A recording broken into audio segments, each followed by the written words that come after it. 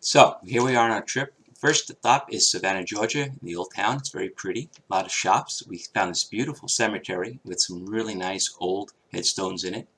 And we had dinner at Paula Dean's restaurant. There's Donna making an entry on Facebook. Hey, we're at Paula Dean's restaurant. Next day, we stopped off at south of the border for lunch and then hit up to Maryland. Then we were in Commack on Monday morning here at the Riverhead Aquarium and Museum. They had really nice exhibits, waterfall, beautiful fish underneath, and a pretty mermaid in front.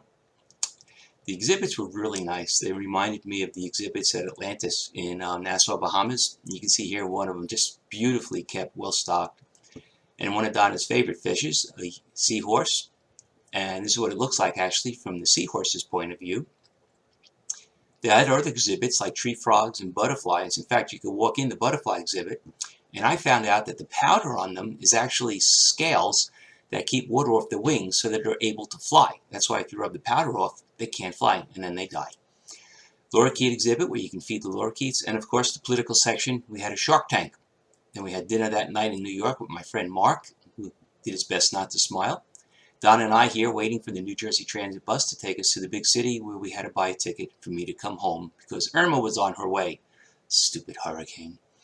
Anyway, so here we are, 7th Avenue, walking east, and when we went through the theater district, we hit 5th Avenue and headed left north up to Central Park, one of our favorite places to go when we are in New York City. And here we are, and it was a beautiful day. It rained later that night, but it was really nice right now.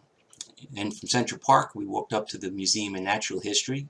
Did you know in the rotunda that one of these two large dinosaurs had the wrong head on it for, oh my, 70 years or something before they discovered it? We loved the undersea exhibit, but the bottom floor was closed. But we did get to see the big blue whale. This is the same one that threw up all over Dick Van Dyke in the Night at the Museum movie. And of course, in the areas where there are people working, there are always food trucks, tons and tons of food. By the end of the night here in Little Italy, we finally found a restaurant. Yes, wet, tired, feet hurt, and we were hungry. Next morning at 3:30, I went to Newark, flew into Atlanta, and here I am leaving Atlanta. Now, it's still early, just a little after sunrise actually, so I'm still very early in the morning. And I am going home so that I can go into a hurricane. Oh, oy vey. Anyway, there were two really large guys sitting next to me, but the plane was fairly empty, so they each shifted to other seats. So it was a very comfortable flight, actually. I was surprised we had no problems whatsoever on the flight. So I was really happy about that. Anyway, I got home Thursday morning and managed to take care of the house in just a few hours. Got the front all done, the garage windows locked up. I also got all around the house. I had to get the front door the next day because I had to take off the screen door. And pretty much got it all done in about 3 hours, like I said. I guess I had a lot of practice from Matthew. I still had to get things off the porch. The hot tub had been emptied and cleaned out beforehand, so that was a big help. This is the master bedroom side of the house, and I finally, the next day, got the porch cleaned up, and we were starting to get a little rain. You see here, it rained a little bit. So now we're coming into Sunday night, or Saturday night, excuse me. Here everything went into the porch. That's where the botanical gardens are now. I also moved all of the lizards and frogs that were in the plots that we didn't know about until they were bouncing all around the garage. So now here it is, and it's Sunday morning. We're starting to get some rain here, light rain, a little wind. By Sunday late morning, it started really picking up. You can see here now, and see the tree in the bottom right there, the hibiscus full of leaves? Not much sooner before it's gone.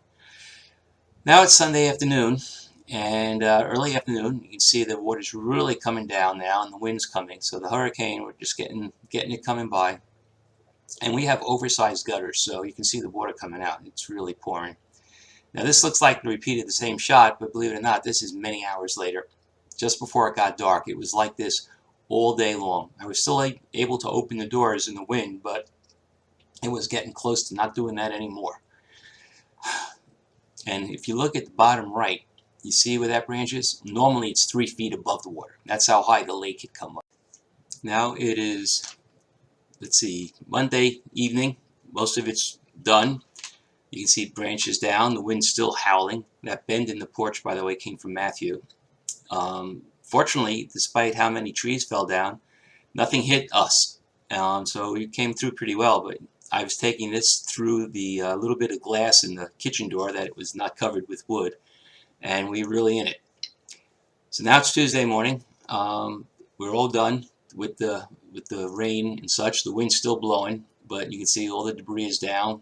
The area's cleared up. You look at that tree there, that hibiscus. You can see it's denuded now. All the leaves on many of the trees are just blown right off. They're almost naked. The roof looks okay from here, although you'll see later when we get up on it, there were a lot of small tabs blown off, enough where the insurance company is going to get us a new roof. And we'll do well with that. And you can see here all the trees, all the leaves are blown off. For the most part, the trees are pretty much bare. That one got bent over. I had to tie him over. The water's still way up. Again, you see the hibiscus is gone. I'm looking across the street at the church, and all I get is a screen. So let's try that again. There we go. You can see significant tree damage at the church across the lake from us. There are some trees, actually big branches, that are in the water. You can barely even see them because the water's so high. Here it is now, next day in the morning. I've kind of got things piled up, and by the end of Tuesday, I've got it all out on the street. I still have 3 more of those big garbage pails full of small things. Wednesday morning, Donna's on her way home. I have things back on the porch, not arranged, but on the porch. Still got a few piles of stuff in the back, but I did get the garage nice and cleaned up. That back window had been covered with wood that I put there since we moved, so I finally got that all cleaned up. And here on the roof, you can see a couple of damages there. A few of those shingles. Here's some more. And we had little things like that all over the roof, but to the point where the insurance company said, yeah, you get a new roof. And now it's Saturday. Everything's back. Donna's home. Yay. Oh, come on, Donna. Say hello. And there's the grill is back, so that's good. The table and the chairs are back. The botanical garden is resituated as it's supposed to. And the hot tub cleaned out, scrubbed out, and fresh water for our aching bodies. And the water's down a ways, but yeah, so by Saturday we're all back to normal. Thank you for watching. The end.